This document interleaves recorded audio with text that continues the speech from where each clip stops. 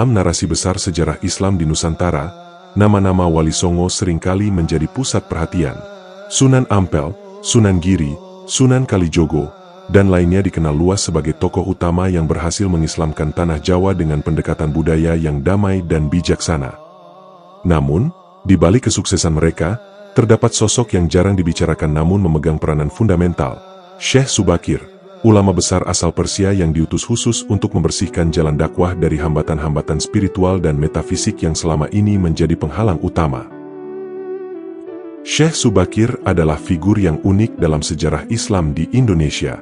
Beliau bukan sekadar ulama biasa, melainkan seorang ahli dalam ilmu spiritual, ekologi, meteorologi, dan geofisika, sebuah kombinasi keahlian yang sangat langka pada zamannya. Kehadirannya di tanah Jawa pada awal abad ke-15 Masehi menjadi titik balik yang memungkinkan dakwah Islam berkembang dengan pesat di kemudian hari. Syekh Subakir, yang memiliki nama asli Said Samsuddin Al-Bakir Al-Farsi, lahir di Persia, kini Iran, sekitar tahun 787 Hijriah. Beliau adalah keturunan dari Salman Al-Farisi, sahabat Nabi Muhammad SAW yang terkenal dengan kecerdikannya dalam mengusulkan penggalian parit dalam Perang Khandaq. Salman Al-Farisi sendiri berasal dari Persia dan dikenal sebagai sosok dengan semangat juang luar biasa dalam memperjuangkan Islam. Seperti pepatah yang mengatakan bahwa buah tidak akan jatuh jauh dari pohonnya, Syekh Subakir mewarisi kehebatan dan kecerdasan luar biasa dari leluhurnya. Beliau tumbuh menjadi ulama sufi yang mendalami ilmu tasawuf, ruqyah, serta berbagai cabang ilmu pengetahuan lainnya. Keahliannya yang menonjol adalah kemampuannya dalam menaklukkan kekuatan gaib dan membersihkan tempat-tempat angker yang dihuni oleh jin dan makhluk halus. Kisah kedatangan Syekh Subakir ke Nusantara tidak lepas dari latar belakang historis yang menarik. Pada masa itu, Kesultanan Turki Utsmaniyah di bawah kepemimpinan Sultan Muhammad I memiliki visi besar untuk menyebarkan Islam ke seluruh penjuru dunia, termasuk ke kawasan Asia Tenggara yang dikenal sebagai Nusantara. Menurut berbagai sumber, Sultan Muhammad I mengutus rombongan besar yang terdiri dari 20.000 keluarga muslim ke Jawa, namun sebagian besar dari mereka tewas karena perlawanan gaib dan fisik. Kegagalan ini menyebabkan Sultan Muhammad I mengambil langkah baru. Pada tahun 1404 Masehi, beliau mengutus 9 ulama pilihan yang dikenal sebagai Wali Songo periode pertama. Mereka adalah tokoh-tokoh dengan keahlian khusus yang ditugaskan untuk mengisi dan membudayakan Pulau Jawa yang memang dianggap sebagai kawasan poros Islam terbesar di dunia. Di antara ke-9 ulama tersebut, Syekh Subakir menjadi satu-satunya yang memiliki keahlian khusus dalam menumbali daerah-daerah angker yang dihuni jin dan makhluk halus. Perjalanan Syekh Subakir menuju tanah Jawa tidaklah mudah.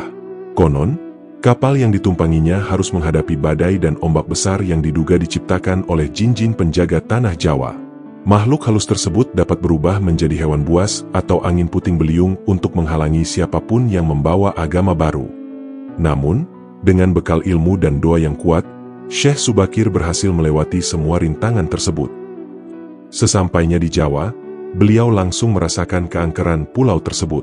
Hutan lebat dan berbagai tempat diyakini dipenuhi oleh dedemit dan jin kafir yang menolak kehadiran Islam. Namun, Syekh Subakir tidak gentar. Dengan keyakinan yang kokoh, beliau menyatakan bahwa tanah Jawa akan menjadi ladang dakwah yang subur. Sebelum kedatangan Syekh Subakir, upaya penyebaran Islam di tanah Jawa mengalami banyak kegagalan. Masyarakat Jawa pada waktu itu masih sangat kokoh dalam memegang kepercayaan lama, baik Hindu, Buddha, maupun kepercayaan asli Nusantara yang disebut Kapitayan. Agama Kapitayan, yang oleh orang Belanda disebut sebagai animisme-dinamisme, telah tumbuh dan berkembang sejak zaman Paleolitik hingga zaman perunggu dan besi di tanah Jawa. Selain itu, kekuatan mistis dan pengaruh makhluk halus sangat dominan di tanah Jawa. Berbagai tempat diyakini sebagai wilayah kekuasaan para raja jin dan makhluk halus yang tidak menghendaki kehadiran agama baru. Hal ini menyebabkan para ulama pendahulu sering gagal dalam dakwah mereka. Meskipun ajaran Islam berkembang, namun hanya dalam lingkup kecil dan tidak bisa meluas secara signifikan.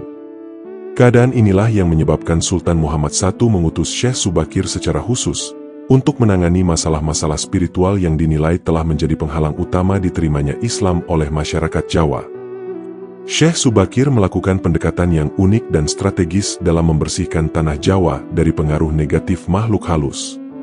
Beliau memilih 3 titik sentral yang menjadi prioritas untuk ditumbali: timur, barat, dan tengah. Untuk kawasan bagian tengah, beliau memilih Gunung Tidar yang terletak di pinggir selatan kota Magelang. Pilihan ini sangat strategis karena Gunung Tidar tidak hanya terletak tepat di bagian tengah Pulau Jawa, tetapi juga tidak jauh dari pusat peradaban Mataram kuno. Ini adalah strategi cerdas Syekh Subakir untuk mengislamkan pusat dari kerajaan Hindu-Buddha pada masa dinasti Sailendra. Gunung Tidar sendiri memiliki bentuk yang menyerupai kepala paku, sehingga sejak lama dikenal sebagai Pakuning Lemah Jowo atau Paku Tanah Jawa. Menurut legenda yang berkembang, Pulau Jawa pada awalnya berbentuk tanah yang terapung-apung di lautan dan senantiasa bergerak ke sana kemari.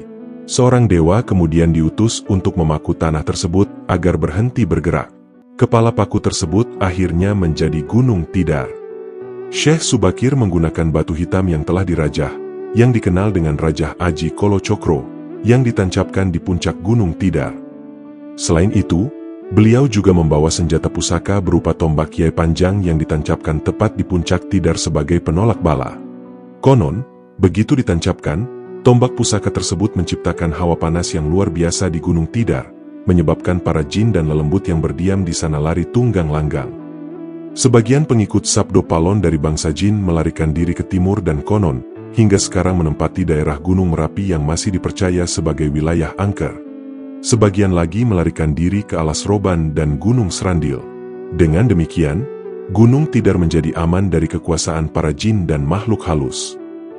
Selain Gunung Tidar, Syekh Subakir juga membersihkan beberapa tempat angker lainnya di tanah Jawa, termasuk di daerah Penataran, Blitar, dan di daerah Tanggung Gunung, Tulungagung. Di Penataran, beliau menumbali daerah tersebut dengan benda keramat berupa tongkat, sementara di Gunung Tidar menggunakan tombak. Langkah Syekh Subakir menancapkan tumbal di Gunung Tidar memicu kemarahan penguasa gaib tanah Jawa, yaitu Ki Semar Sabdo Palon. Sabdo Palon digambarkan sebagai raja jin yang kuat dan sombong yang menantang Syekh Subakir untuk tidak menyebarkan Islam di wilayah kekuasaannya. Pertarungan spiritual antara Syekh Subakir dan Sabdo Palon berlangsung selama 40 hari 40 malam. Konon, selama pertarungan tersebut, seluruh Jawa berguncang, hujan deras turun, dan petir menyambar di mana-mana. Namun, pada akhirnya Sabdo Palon harus mengakui kekalahan dan bersedia berunding dengan Syekh Subakir. Pertarungan ini bukanlah pertarungan fisik biasa, melainkan pertarungan batin dan spiritual yang melibatkan kekuatan metafisik yang dahsyat. Kemampuan Syekh Subakir dalam ilmu ruqyah dan penaklukan jin menjadi kunci kemenangannya dalam pertarungan tersebut. Setelah pertarungan sengit, akhirnya tercapailah sebuah perjanjian damai yang dikenal dengan Perjanjian Sabdo Palon. Perjanjian ini menjadi tonggak penting dalam sejarah dakwah Islam di tanah Jawa, karena menandai titik di mana kekuatan gaib yang selama ini menghalangi Islam akhirnya memberi jalan. Perjanjian Sabdo Palon berisi 4 poin penting yang menjadi landasan dakwah Islam di tanah Jawa. Perjanjian ini tidak hanya mengatur hubungan antara Syekh Subakir dan Sabdo Palon, tetapi juga menjadi panduan bagi seluruh dakwah Islam di Nusantara. Isi perjanjian tersebut adalah: poin pertama dari perjanjian Sabdo Palon menekankan bahwa penyebaran agama Islam di tanah Jawa tidak boleh dilakukan dengan cara paksaan, apalagi dengan jalan peperangan. Dakwah harus dilakukan dengan cara yang halus dan santun serta memberikan keleluasaan bagi masyarakat Jawa untuk memilih masuk agama Islam atau tetap memegang kepercayaan sebelumnya. Prinsip ini sejalan dengan ajaran Islam yang menekankan bahwa tidak ada paksaan dalam agama, atau la ikroha fidin. Keputusan untuk memeluk Islam harus lahir dari kesadaran dan keyakinan pribadi, bukan karena tekanan atau ancaman.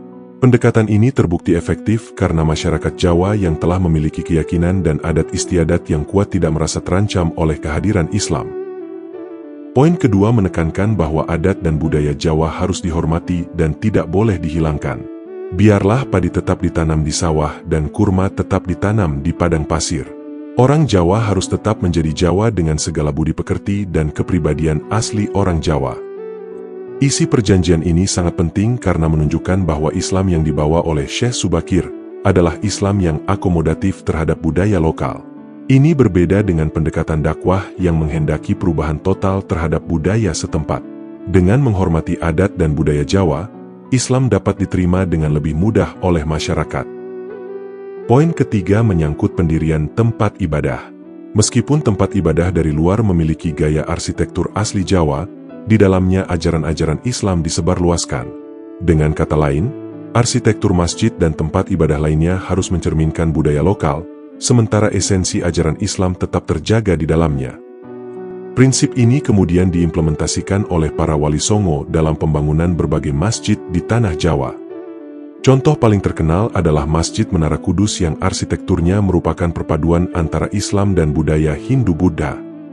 Sunan Kudus, yang membangun masjid tersebut, menggunakan batu-batu candi Hindu sebagai bagian dari struktur masjid, menunjukkan akulturasi budaya yang harmonis.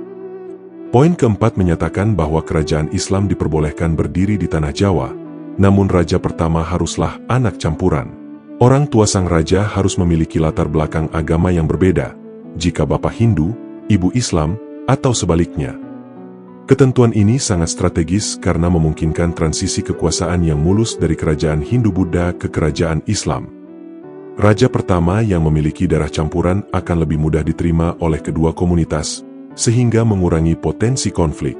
Ini terbukti dengan berdirinya Kesultanan Demak di bawah Raden Patah, yang merupakan putra dari seorang raja Hindu, Brawijaya V, dan seorang ibu yang beragama Islam.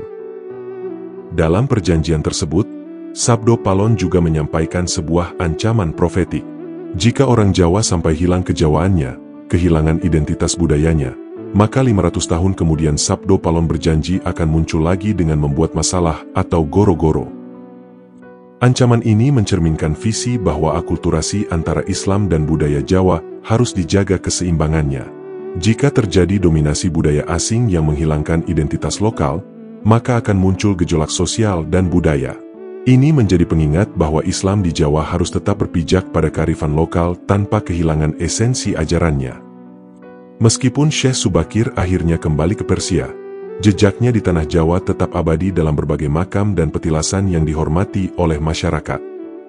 Gunung Tidar, yang terletak di kota Magelang, menjadi situs paling terkenal yang dikaitkan dengan Syekh Subakir. Meskipun tempat yang selama ini dikenal sebagai makam Syekh Subakir sebenarnya hanyalah petilasan beliau, namun situs ini tetap menjadi tujuan ziarah yang tidak pernah sepi dikunjungi oleh peziarah dari berbagai daerah di Indonesia. Selain petilasan Syekh Subakir, di Gunung Tidar juga terdapat makam Kiai Sepanjang dan makam Sang Hyang Ismoyo, yang lebih dikenal sebagai Kiai Semar. Tombak Kiai Panjang yang digunakan Syekh Subakir untuk menumbali tanah Jawa juga masih dijaga oleh masyarakat dan ditempatkan di puncak Gunung Tidar dengan nama Makam Tombak Kiai Panjang. Syekh Subakir tidak hanya mewariskan situs-situs fisik, tetapi juga ilmu pengetahuan yang berharga. Keahlian beliau dalam bidang ekologi, meteorologi, dan geofisika tercermin dalam berbagai ajaran yang beliau sampaikan. Salah satu contohnya adalah larangan membuat sumur di Gunung Tidar agar tidak terjadi banjir di wilayah sekitarnya. Selain itu, kemahiran Syekh Subakir dalam ilmu ruqyah menjadi warisan penting dalam tradisi pengobatan spiritual di Nusantara. Ruqyah atau ruqyah merupakan metode penyembuhan dengan cara membacakan sesuatu kepada orang yang sakit akibat ain, mata hasad, sengatan hewan, sihir, racun, kerasukan, gangguan jin, dan lain sebagainya. Setelah berhasil menumbali tanah Jawa dan membersihkannya dari pengaruh negatif makhluk halus, dakwah Islam mulai berjalan dengan lancar. Para ulama wali songo lainnya dapat menyebarkan ajaran Islam tanpa hambatan spiritual yang berarti.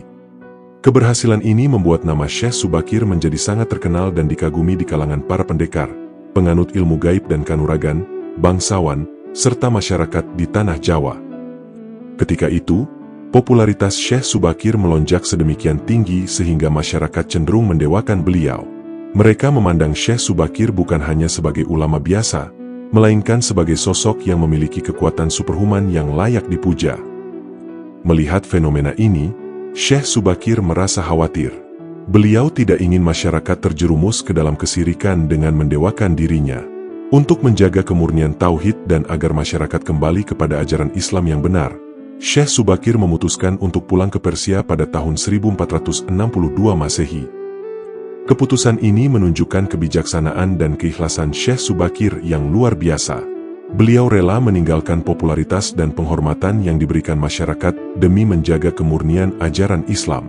Dengan kepergiannya, diharapkan kefanatikan terhadap dirinya akan runtuh dan masyarakat akan kembali kepada tauhid yang benar. Selain itu, tugas utama Syekh Subakir untuk membersihkan tanah Jawa dari pengaruh negatif makhluk halus telah selesai. Setelah itu, posisi beliau dalam dakwah Islam digantikan oleh wali songo lainnya, yaitu Sunan Kalijaga.